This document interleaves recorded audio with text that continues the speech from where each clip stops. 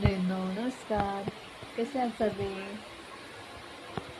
हसताय ना, असायलाच पाहिजे. येऊ का माझी मुलगी. आम्ही आलो कोकणात आमच्या घरी मिरवू. बघा दुसऱ्या दिवशी सर्दी झाली. हे आमचं अजून साफसफाई बाकी आहे. ॲक्च्युली याचं जेवण स्पेशल टॅमॅटोचं साग आणि जवला भाजला होता आणि सुकट मस्त.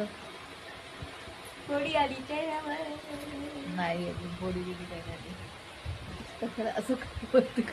जोबी किती गोळी. बरं वाटतंय ते. तुम्ही कधी येताय मग कोकणात आमच्या